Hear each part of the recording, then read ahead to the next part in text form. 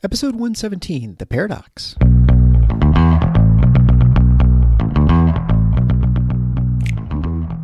Welcome to The Paradox with your attending, Dr. Eric Larson.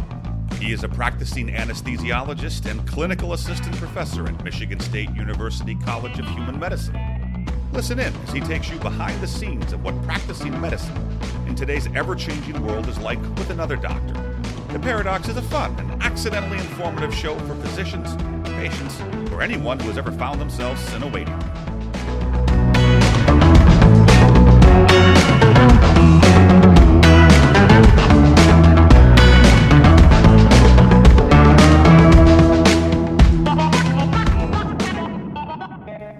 Welcome to The Paradox. I'm your host, Dr. Eric Larson. Thank you for joining me as we explore the U.S. medical system in a fun and informative format through expert analysis. Today's expert is Dr. Rick Rosenfield. He is the CMO and founder of Pearl Precision Surgery and the Pearl Surgery Center, based in Portland, Oregon. We had a great discussion, which I'm sure you're going to really enjoy. Dr. Rosenfield talks about how he sort of flunked out of corporate medicine at Kaiser Permanente and then fell into an entrepreneurship venture where he started doing laparoscopic hysterectomies as an outpatient procedure, something that very few, if any, had been doing at that time. And since then, he's pretty much been a disruptive innovator in the space, helping employers and their employees find solutions for surgery not only in Portland, Oregon, but all over the country. This is really, in many ways, a call to action for physicians to start working together and finding solutions around the big healthcare systems that rarely serve their patients or their physicians well. Before we get into the show, here's a quick message from our sponsor, MR Insurance, a small business that helps physicians with their disability insurance needs. Michael L. Relvis is a CFP, professional and insurance agent committed to helping physicians nationwide with their term life and disability insurance needs. He provides an objective, transparent, and education-focused process that aims to help physicians make prudent decisions and avoid overcomplicating things. He exclusively offers own occupation disability insurance policies for residents, fellows, and attending physicians. We really like Michael and know he's got your best interests at heart when it comes to disability insurance. We know he'd be happy to help you with whatever your needs are. You can find Michael at drpodcastnetwork.com/mrinsurance or contact him at 1-800-817-4522. As always, you can go to theparadox.com/117 for show notes for today's episode. There you can find links to articles we discuss and former episodes that relate to today's show. You can also find contact information for Dr. Rosenfield. He'd be thrilled to talk to you if you're a physician or someone else who's interested in starting a venture related to surgical services in surgery centers, or certainly to collaborate with him at Pearl Precision Surgery. Finally, thanks so much for listening to the show, and if you like it, make sure you subscribe in the subscribe button on your favorite podcast player. But make sure you pause the show right now and leave a written review of the show, preferably 5-star, but it helps others know what the show's about and what you like about it, and this helps people discern whether they want to listen to the show or not. But without further ado, Dr. Richard Rosenfield in Birthing a Business Through Hysterectomies. Enjoy. Well, hey there, I'm here with my new friend, Dr. Rick Rosenfield, who is an OBGYN out in Portland, Oregon. Rick is the co-founder and CMO of Pearl Precision Surgery. He also has a role in Pearl's Women's Center and the Pearl Surgery Center. We're definitely finding a theme there with the pearls. Dr. Rosenfield, thanks so much for joining the Paradox. Oh, thanks so much. It's great to be on. Yeah, Pearl refers to the Pearl District, which is a part of downtown Portland. So it makes a little bit more sense for people that are familiar with Portland itself. And it's just a little area where we started our practice and kind of thought that Pearl worked well. So we decided to keep using it with some of our other endeavors. It always made me think of like little old ladies, they're always wearing their pearls, clutching their pearls and stuff. So it's good that it's more to do with the region. The backstory was it was this warehouse district and it was this little gem, that nobody had really known about. And then it kind of grew into a little bit of an art district and then became retail. I actually opened up one of the first medical facilities in that particular area back in 2005. But that's the story of why the Pearl is the Pearl. Great. Well, I brought you on because I'm real interested in a lot of what you're doing. We always talk about disruptive, innovative things here in the U.S. healthcare system. And I'd say you're doing something different and can oftentimes focus on national, laws being passed or state laws. But frankly, where all the action really happens is people who are finding ways around to solve problems that people have today. And it's generally not through the legislative action. That's obviously an important aspect of things, but it's one where it's probably harder to get exactly what you want and doesn't actually usually achieve what people want most of the time. But we can do things that actually get people the product and the services they want, the way they want it, how they want it, and for the cost they want. And so that's kind of where you come in. So why don't you describe, I guess, basically, let's go and start with your history. Your OBGYN, you trained in the early 2000s, and then kind of how you got to the Women's Center or the Surgery Center. Yeah, sure. I grew up in Ohio, actually, so I'm a Midwest kid. After being there for quite some time, I went to another Big Ten school. I saw you had a Michigan State sweatshirt on. I actually went to University of Illinois. And then I was back in my hometown, Cincinnati, for med school. Right around that time, I decided it was time to move out west. I spent a couple of years in New Mexico, in Albuquerque, my first couple of years of residency. And then I had an opportunity to move to California and focus my training at Stanford, and I jumped on it. So I came out of Stanford as a general OBGYN in 2000. And I moved to Portland at that point in time. I was being heavily recruited by Kaiser Permanente, and I took a job there as a general OBGYN. I really tried to make it. I realized that my personality and the Kaiser system were not very compatible. People talk about Kaiser kind of being like the Borg at Star Trek. You either assimilate or die. So after trying to make it work for a few years in the Kaiser system, I decided that it was time to go. And I stepped out very scared and uncertain what I was going to do. Historically in OBGYN, there weren't a lot of fellowships. Now there's a lot more fellowship tracks, but typically the rule was you go out, you practice OBGYN for 20 years. And at that point in time, you've put in enough hard work that you're given this opportunity to drop obstetrics and just focus on gynecology. So historically, the only people that were doing gyne only were people kind of in the twilight years of their career. That has totally shifted now.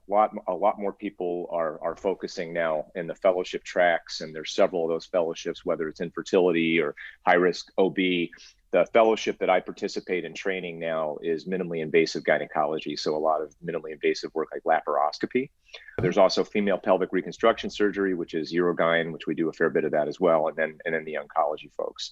So I decided to step out and go into independent practice, which I did. I found a warehouse in the Pearl District, downtown Portland, and I thought it might be a good idea for me to do something a bit unique. This is my first foray into kind of doing something a little bit disruptive, which was opening up a practice that wasn't attached to a hospital. And so I found this warehouse. I signed a lease for way too much space. I didn't need it all as a solo practitioner, and I was trying to figure out what to do about it. So I had this experience when I was in residency where I rotated through a surgery center, and the doctors that were operating in this outpatient facility, they just seemed really happy. It was a very nice feel. You know, a lot of the stressors that happened in the hospital weren't happening there. And so I sort of filed that in the back of my head. And as I signed the lease and realized I had too much space, I thought, well, maybe I can build an operating room. You know, why not? So right before I left Kaiser, I also had this idea that hysterectomies and really a lot of the surgeries that we were doing in OBGYN could be done outpatient, that patients didn't need to stay overnight because we were programmed to keep our patients overnight. Right. We were programmed to think that, you know, the patient needs to be in the hospital. And I started asking these questions about, well, why? You know, why do we need to do that? If we're transitioning them to, you know, to oral food intake and you know, now, of course, with all our enhanced recovery protocols that at the time there was no name for this, but we were trying to do this. We were trying to fast track patients to discharge. And I thought that this, you know, could be done simply following the general surgeons and what they had done with gallbladder surgery. You know, it used to be open, they went to laparoscopic, and then the patient started going home. Why can't we do that with gynecology patients? So proof of concept really was while I was at Kaiser, you know, trying to get these patients home the same day. And I had a lot of success with that, although a lot of pushback from mostly from the recovery room, you know, the nursing staff thinking that this was crazy. Yeah. But we realized that we could do it. And, it was one of those things where I'm like, you know, this is a post-op order that says discharge the patient. This is not a suggestion box, you know. So we started proving success. And then, you know, parallel to that, I left Kaiser. I opened up this office and I brought in some consultants, you know, that were in the surgery center space. And they said, yeah, you can't build a surgery center here. And I said, well, why not? No one could give me an answer. So being the kind of crazy fool that I am, I started researching how do you build a surgery center, going down all these rabbit holes about, architecture and building codes and anesthesia. And it turns out I could build a surgery center there. It was just a painful experience, and nobody wanted to get behind it because my business model was completely unproven. But fast forward 6-8 months, and I built a operating room, and I had no idea at that point whether we were going to get certification from the state. They would not pre-certify the plans. They just gave us, they said, this is what you can do. And if you're successful with it, we will come in as the Department of Health and we'll get you a license, and then you can try to get your Medicare certification. So we went through this process, and fast forward a few months, and I'm doing my first laparoscopic outpatient hysterectomy. And then I realized that everything that I was doing was publishable because nobody in the country was doing this stuff. So it allowed me to start getting some attention with white papers and presentations. And that kind of gave me this newfound passion, really, in minimally invasive surgery and technology. And I started becoming, a bit noticed in the local, regional, national, and then international community of surgeons. And I started getting invited to talk about, outpatient surgery. And we started amassing a case series. And it just built over the years and been very exciting because I've had many physicians come up to me over my last, 18, 20 years of surgery. Really, 18 years since I opened up the Pearl Women's Center, Pearl Surgery Center. And people come up to me and they say, you've had a significant impact on my career. I'm like, what are you talking about? They said, well, I read a paper or I listened to a lecture or I saw you give a talk at a national conference. And after that, we decided to start sending our patients home the same day after these higher acuity gynecologic procedures.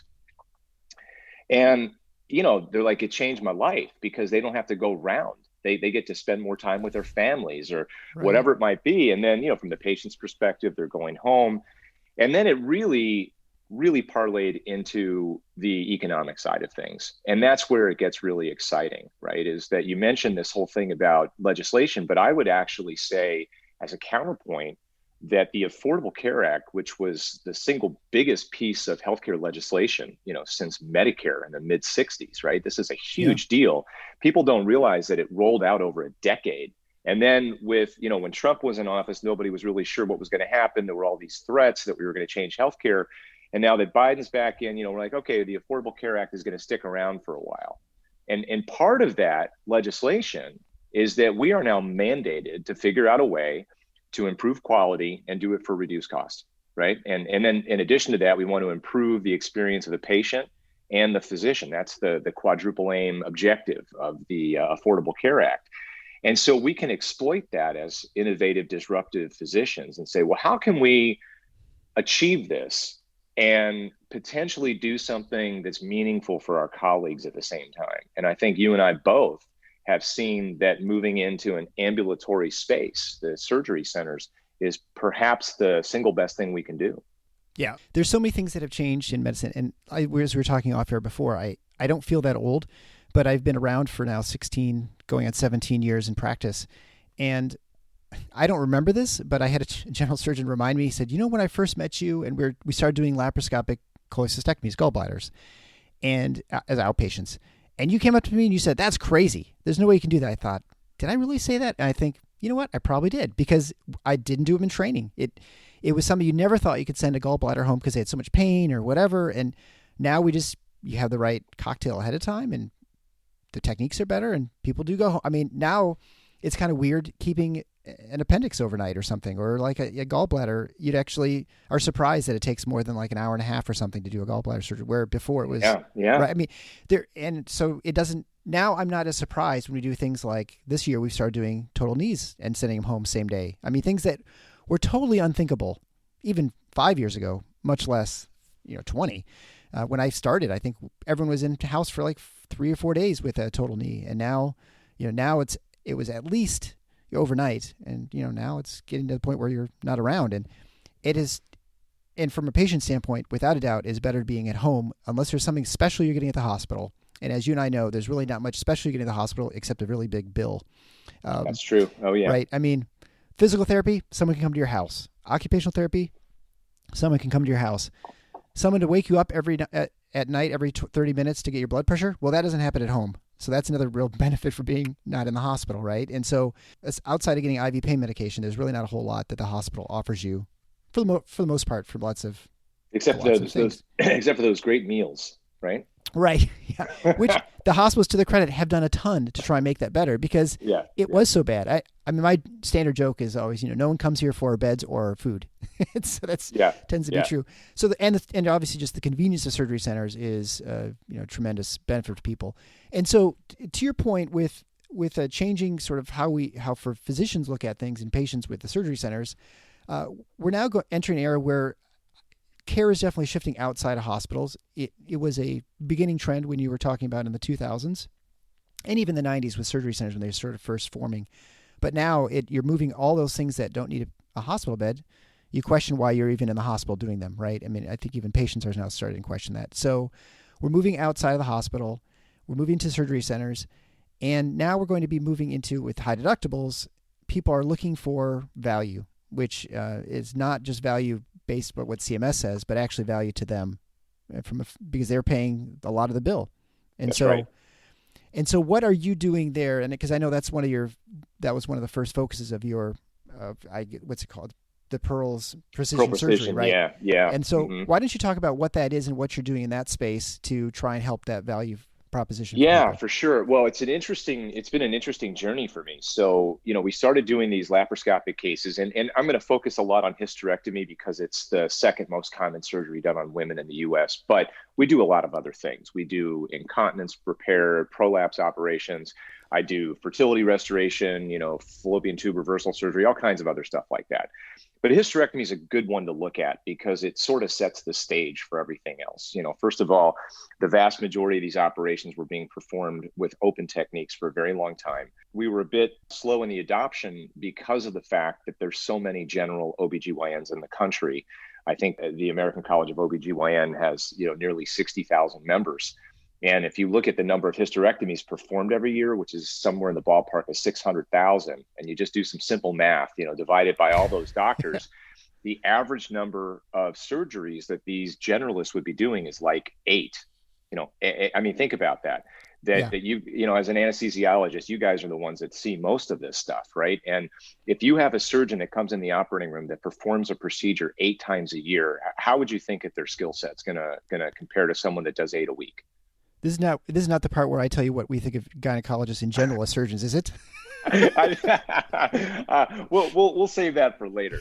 But what I think it goes to show, and we've seen this with NSQIPs and all these other endeavors, is that if you do something more frequently, you become more proficient at it. Sure. And so we realized that was the case, and we started doing these hysterectomies. And interestingly, because of the fact that we were in the ambulatory center, we could do cash pay cases for less money than the hospital. And for a brief period of time, there was a big spike in the medical tourism community. I think you were probably, seeing this back in the early 2000s where people were going outside the country for plastic surgery or dental work, and then what happened is some centers of excellence said, hey, we might be able to do the same sort of thing. And the most famous one that you and I were speaking about before this podcast got started was the Oklahoma Surgery Center. They were the first center in the country to transparently publish prices. And this was a huge deal to be able to say, hey, you can come to this center and have a inguinal hernia repair for, X amount of dollars, and that they could also show quality behind that. And so that was a big, I'd say, facilitator in this particular space. And nobody was doing any high volume GYN surgery back when we got started in the surgery center. There was one location in Atlanta, another one in Dallas, where people were putting out some papers, and we got a bit of attention. And we got called by a group that was based out of Chicago at the time. And they were one of the early companies that were getting in front of large corporations and trying to find more cost-effective solutions for their employees. So there's something called an ERISA self-funded plan. And most companies that have at least, say, 500 employees, at some point, somebody knocks on their door and says, hey, you guys are doing this traditional insurance thing, but there may be a more cost-effective and higher quality solution for your employees. And I think you've done shows on like direct primary care. This is just a different way about it, where they'll come in and say, there might be a way that we can help you find more effective solutions, for your employees that need surgery. And so we were introduced to a company that was doing surgical benefits management for Target. Target was their first big client. And they did a trial in the southeastern United States, I believe. And after a year, Target was like, this is great. We're saving money. Our employees are happy. What else can we do?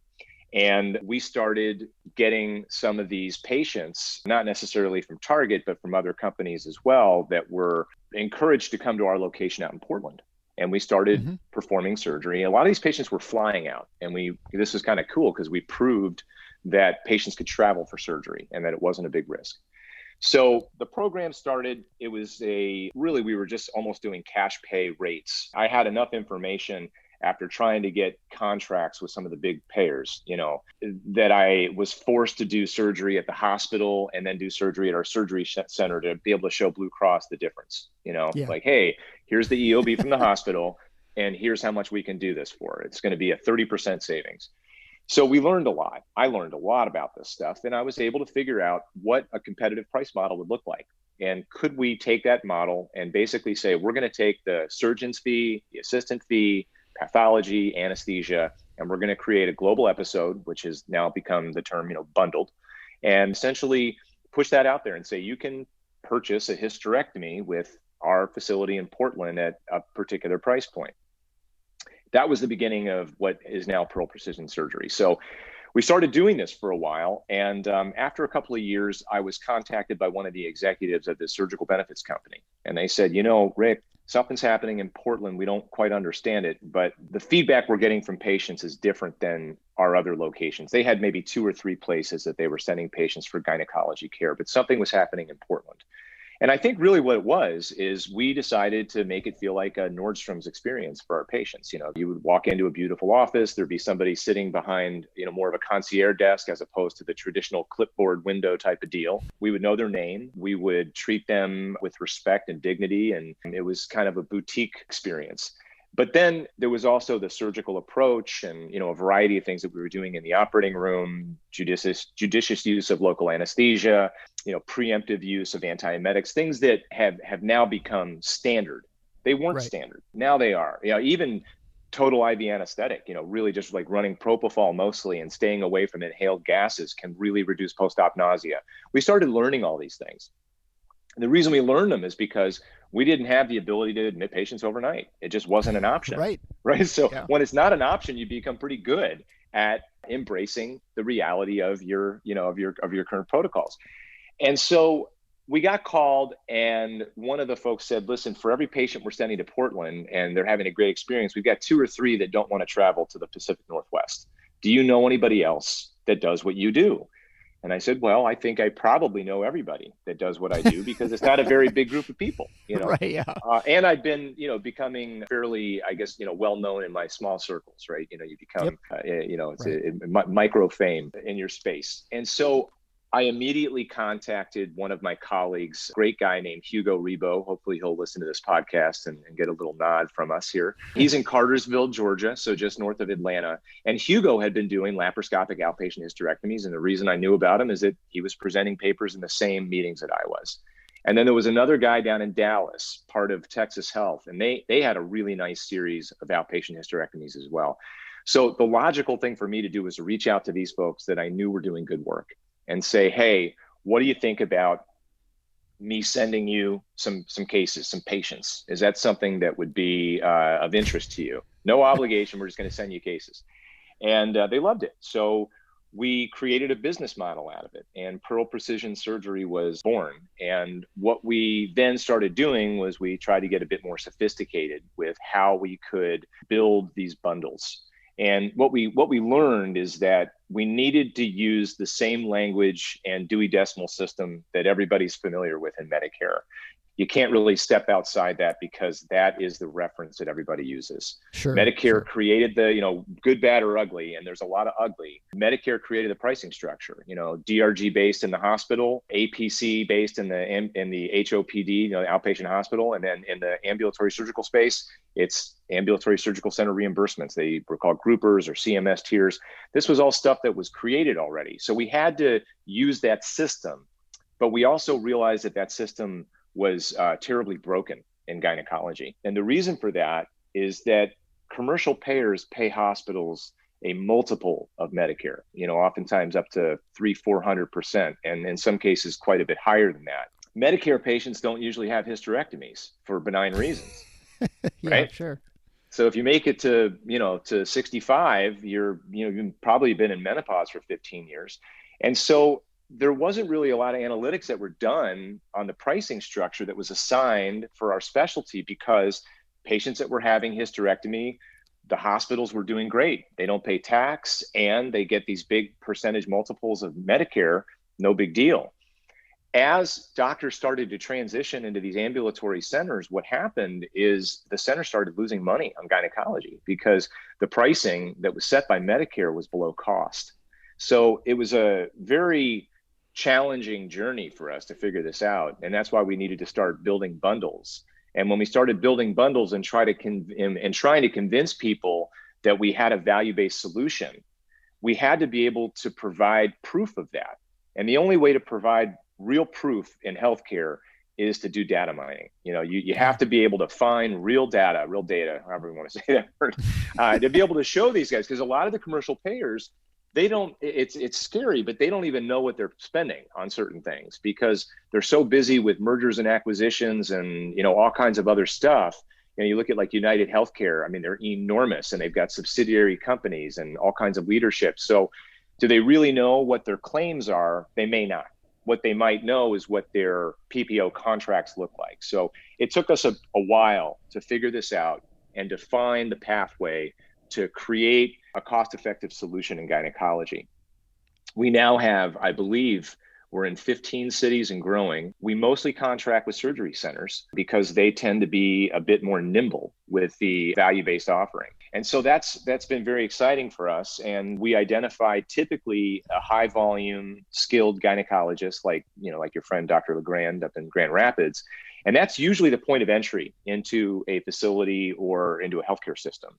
And with the way things have been in the last couple of years, I think a lot of big groups, even integrated health systems, are looking for solutions now to, first of all, have a value-based play, but also to increase the volume of referrals that are coming into their system. And 1/3 of the US population have benefits that are actually in this space, in this self-funded space. And so it's really a very, very large population of patients that we're looking to serve. And Pearl Precision Surgery now, I think we've got about 1 million covered lives that have access to our plan. It's sometimes a little challenging to get the word out there. So for example, if you're a grocery clerk working for Albertsons and Safeway Grocery, you may not know that if you have surgery with me or one of my colleagues in our network, it's free. It's free. There's no copay and no deductible because it's a no network. The employer oftentimes picks that up because the savings are so significant to let them travel, pay for airfare, hotel, right. And even cover the copay. It's so worth it for them. So that's been very exciting.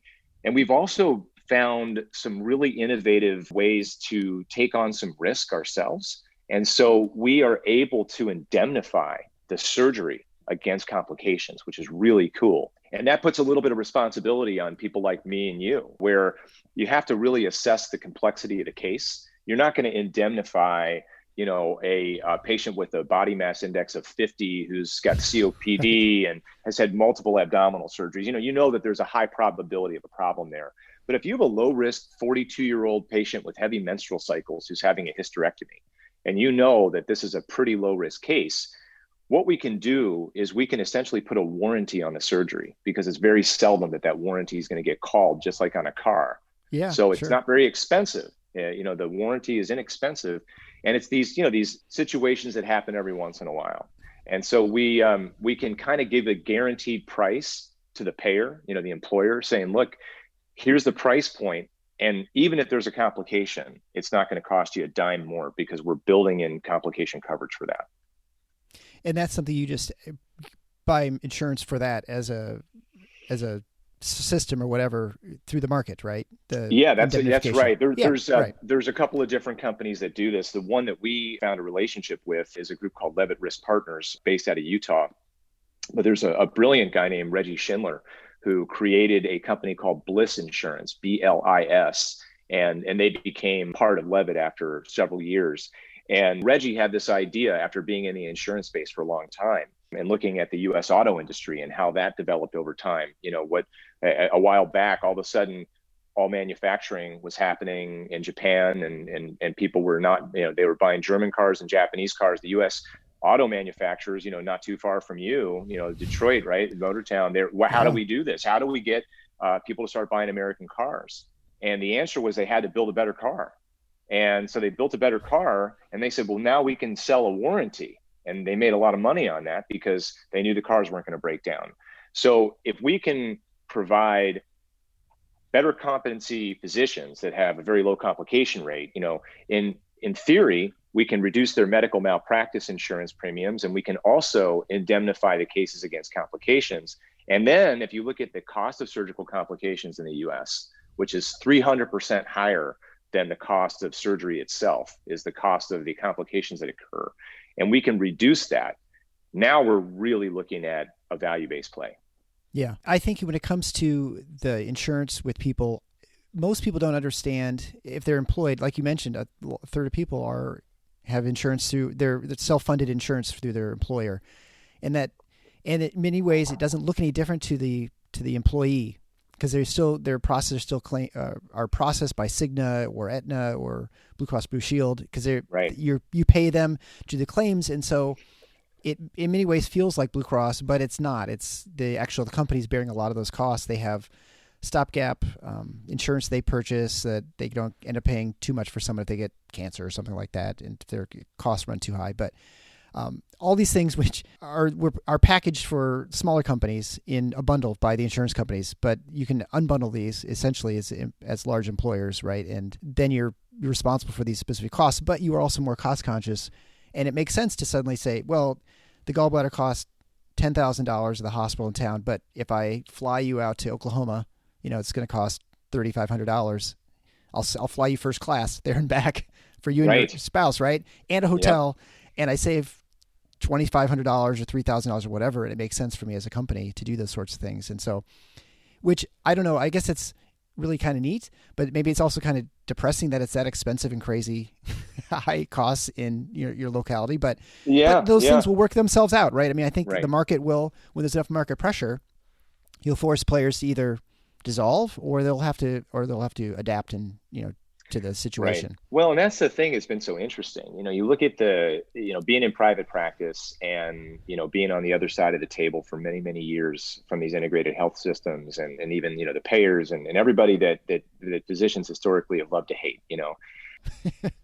But it's tough. How do you compete if you're in a small private practice in the United States and you're paying probably, in the highest bracket of income tax typically or close to that. Sure. And your business is paying tax. You don't have that much of a market share. And so when you negotiate a contract with any of the BUCA plans, for those that don't know what that means, it's, Blue Cross, United, Cigna, et cetera, Aetna, Humana. And when you're negotiating with these folks, they look at the market share control that you have. They're not looking at your quality outcomes as much as we would love for that to happen. They don't really have the sophistication to do so.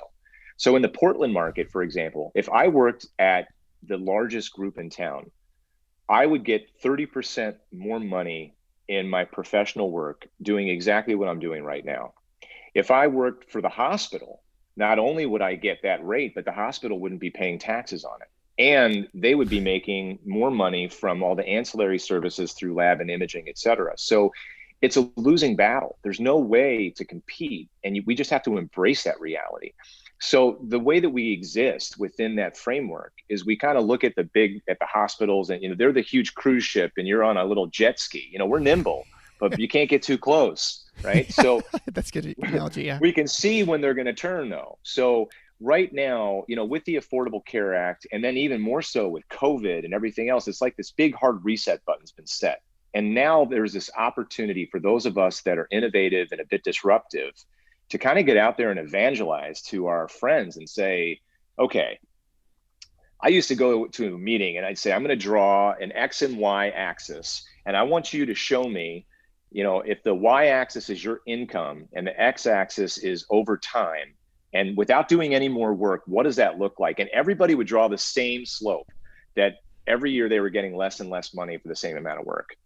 And what's amazing is these are the smartest people that we all knew back in grade school. That became physicians, and it's gotten even harder to get into medical school now. You amass all this debt. So why is it that we can't come up with a better solution?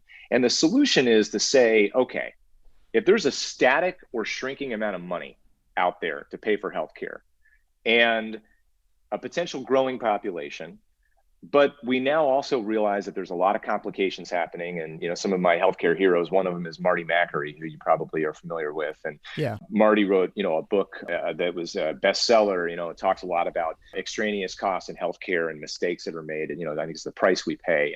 But it shows all of this waste. It's really, really unbelievable. So we need to figure out a way then to save the money. And it's not really going to be the insurance companies and the hospitals, because what they're going to do, unfortunately, is they're going to cut salaries. That's the easiest thing for them to do to reduce overhead.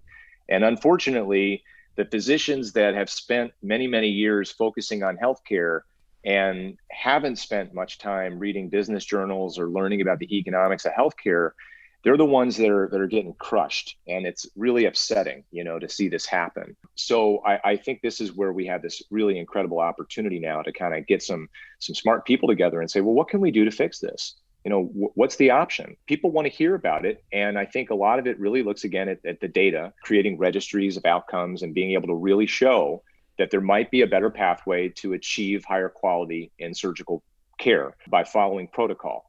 These protocols are proven, and we know that protocols perform better than humans when, in the middle of a situation. If you are faced at a dire situation, that's why there's ACLS. Just choosing a medicine that you think might work, you don't perform as well as the algorithm. And so we need to create those algorithms in healthcare. And I think that's, what we're kind of heading toward, which is exciting.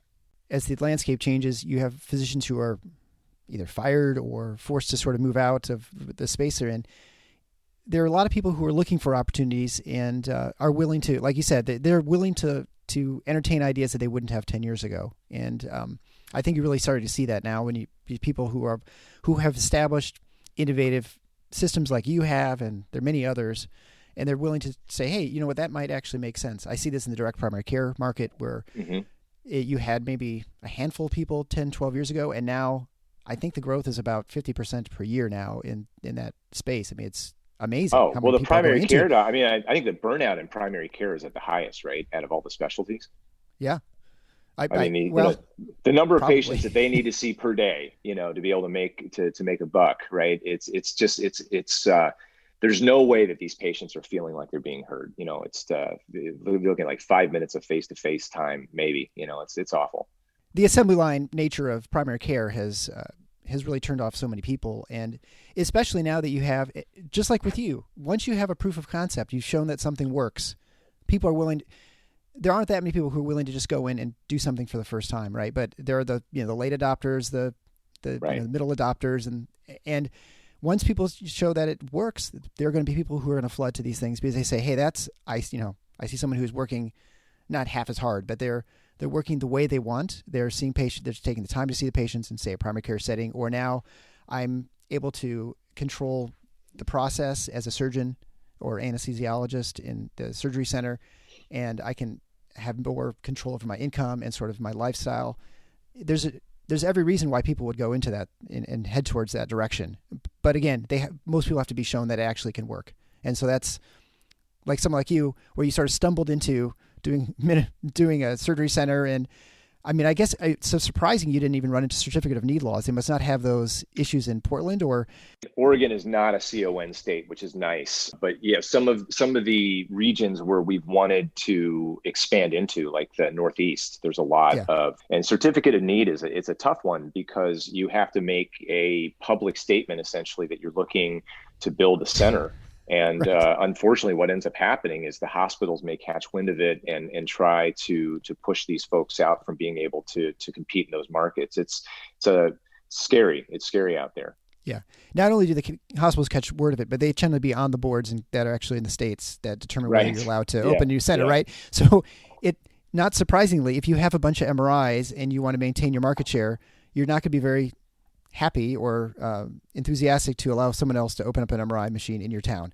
And the patchwork of CON, I think it was the 1970s where it was decided, the federal government said everyone has to have certificate of need laws in all the country. And then at some point, and I don't know if it was in the 80s, I can't remember, this is a previous episode of mine, I'll have to try and link to it here, but they got rid of these laws. They said the states, it's up to you to get rid of the laws as you want, because it turns out it actually didn't save money. They thought by limiting options, it would save money, which only a centralized government could think that could possibly be helpful to remove competition.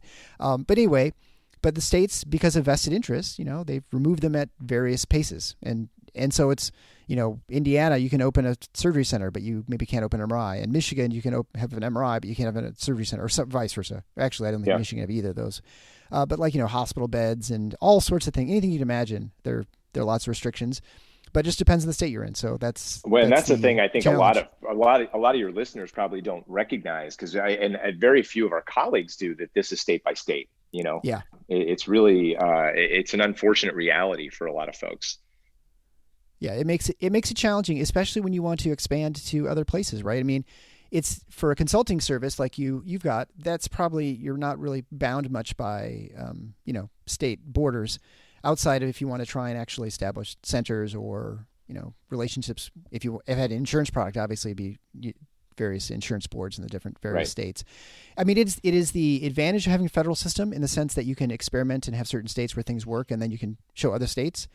It is a disadvantage that if it does work, you can't just suddenly adopt it everywhere because the states have their own adoption rates for whatever the things are. And so the natural next question is for this precision surgery, you're developing these bundle payments in sort of a way of contracting with large employers, and especially ones who are nationwide, and directing people to the centers that provide high value surgeries. Are you moving outside of women's health at some point? Because it seems like it'd be a logical extension to say, well, we've shown a proof of concept again with hysterectomies, with your gynecologic things like incontinence surgeries. Boy, could we do the same thing for gallbladders or hernias or, ENT, sinus surgery. Oh, there are all sorts of different things that you do. Yeah. No, it's a great setup for the answer, because the answer is yes, absolutely so. As a matter of fact, what we decided to do once we started realizing that there was some traction and we had kind of proved the scalability, we realized that we needed to automate a fair bit. So we've been working with Salesforce to create a customized HIPAA compliant portal where we can manage hundreds of patients at a time, even thousands if we needed to. When a referral comes in through one of these self-insured companies, or anyone really, but right now that's the main focus of where we're at. But one of our clients actually has a federal plan. So there's a lot of really exciting stuff happening in this space.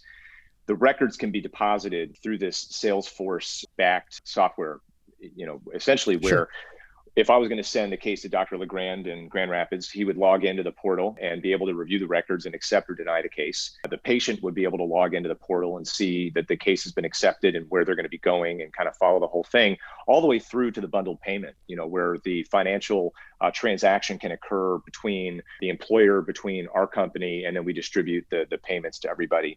Naturally, what happened after we got started is some of the care coordinators at these companies are like, wow, we really enjoy working with these guys because, we pick up the phone and we talk to them, and we also review the cases naturally. What's going to happen is if the case comes into our network, I'm going to be reviewing it, or one of my colleagues is going to be reviewing it. And oftentimes, unfortunately in gynecology more than we would like, we review the case and we realize that either in some cases the patient doesn't need surgery, which is that's the most cost-effective surgery is the surgery that does not occur, one of my good friends says. So if we can prevent the surgery, that's great.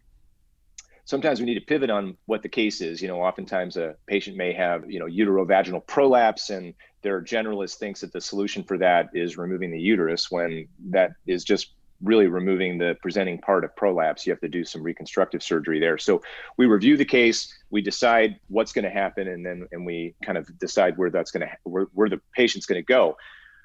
What's happened is sometimes these care coordinators, they have a female patient and they think it's a gynecologic problem, but it's actually a breast case. And so Right. It allowed us to find colleagues, and oftentimes, my colleagues that are really smart, that do great work in gynecology, they tend to hang out with surgeons that do great work in other specialties. And so we had originally started servicing some breast reconstructive cases, breast reductions. We got some inquiries for general surgery, so that was a natural progression for us, gallbladders and hernias. We just did our first couple of ortho cases came through our network. We've had a couple of colorectal cases, and one of our most exciting programs is actually a comprehensive breast program in Houston. There is an incredible plastic surgeon based down in Houston named Sean Boutros, and Sean built a magnificent surgery center. They have a convalescent stay unit there. And he does microscopic deep flaps. So, microsurgery for breast reconstruction. Yeah. And for women that have had like a tummy tuck, they've already sacrificed some of the superficial vessels, so they can't do like a tram flap reconstruction. The data that they provided in Houston was that they could get what used to be a 7-day hospitalization, and then was published at 5 days and then 3 days, that they could get this down to 24 to 48 hours. They need to stay for a while, apparently, because there can be some microvascular issues that, manifest soon, and that would be an emergency. But truly unbelievable that his facility, and as a surgeon, they were able to decrease the necessary stay, I believe, by 48 hours compared to Mayo Clinic. And, of course, we all know that Mayo is one of the most innovative and successful groups in the country when it comes to doing really amazing stuff. But no one would have thought that this small group down in Houston would be able to do something so meaningful. Being able to bring that program into our network was fantastic. We also have a relationship with a national group of bariatric surgeons that had created a network as well. And we figured, if enough of us surgeons can get together and align on this, we can then have more say and more, power in the market space rather than competing with each other. We should really be competing with the folks that have been making our lives a little bit more challenging. And I think that's where it really, formats like this are wonderful. You can get some doctors to listen and say, oh, wait, we don't need to be competing with each other as much. Maybe we can unify, kind of get behind this idea of looking at what does quality really mean? How can we truly save money? Because it's funny that you interview doctors and they think that, oh, as much as it's important in the operating room, if the scrub tech opens a disposable piece of equipment, like, oh, that was possibly a wasted $200. You really got to look at the room and say, do we need to be in this room? Could we be in a different room that doesn't have to absorb the overhead cost of the emergency room and the trauma and all those sorts of things? Yeah. Well, and, to that point, you're starting to see, from an anesthesia standpoint, you're starting to see mobile anesthesia units where you're actually going to physicians' offices and staying out of even the surgery centers, right? Because you can do procedures where do you need a sterile operating room to do lots of procedures? You're like, not really. We just need some sedation for 15 minutes, and the throughput would sure be a lot simpler in this location versus something else. So, I think you're definitely seeing all kinds of different changes, and that's really exciting. This is pretty neat stuff. Where's a good place for people to follow you, or if they want to get a hold of you and say, hey, I've got, I want to be part of this network or want to find out more? Yeah. Well, I'd say LinkedIn's great under Richard Rosenfield. Building a really great network of people, and just within my network on LinkedIn are a lot of folks that are in this healthcare space and direct primary care, things like that. So there's a lot of really good connections there. Emailing me directly, and maybe we can, I don't know how we would do a link. I guess if there's a digital version of this. Yeah. So my email address we can put on there for sure. We can talk about that. That's probably the easiest way to reach me, is just to email me. I'm kind of glued to my smartphone most of the time. And then social media is great. Pearl Precision Surgery has a website, which is just pearlprecisionsurgery.com. And then my email would be rrosenfield@pearlprecision.com. peripheral precision surgery, and I'm happy to take inquiries or talk to folks about this network. And it's very exciting. We love doing this, and you can probably tell I get pretty excited and animated about it. It'll be very interesting to see how this develops over the next 2 to 3 years. Yeah, absolutely. Well, hey, thanks so much, Dr. Rosenfield, for being on the show. It's my pleasure. Yeah, great. Thank you. Thanks again to Dr. Rosenfield. But before we end, don't forget to reach out to MR Insurance Consultants, where their goal is to assist physicians in obtaining the most comprehensive coverage available to fit their unique situation. Reach out for both excellent and quality service at drpodcastnetwork.com/MRinsurance. Thanks for listening to The Paradox. If you like what the doc is doing, please subscribe and leave a review on iTunes or Stitcher. And share the show with your friends. Become a supporting listener to get access to special bonuses at patreon.com/theparadox. Show notes can be found at theparadox.com.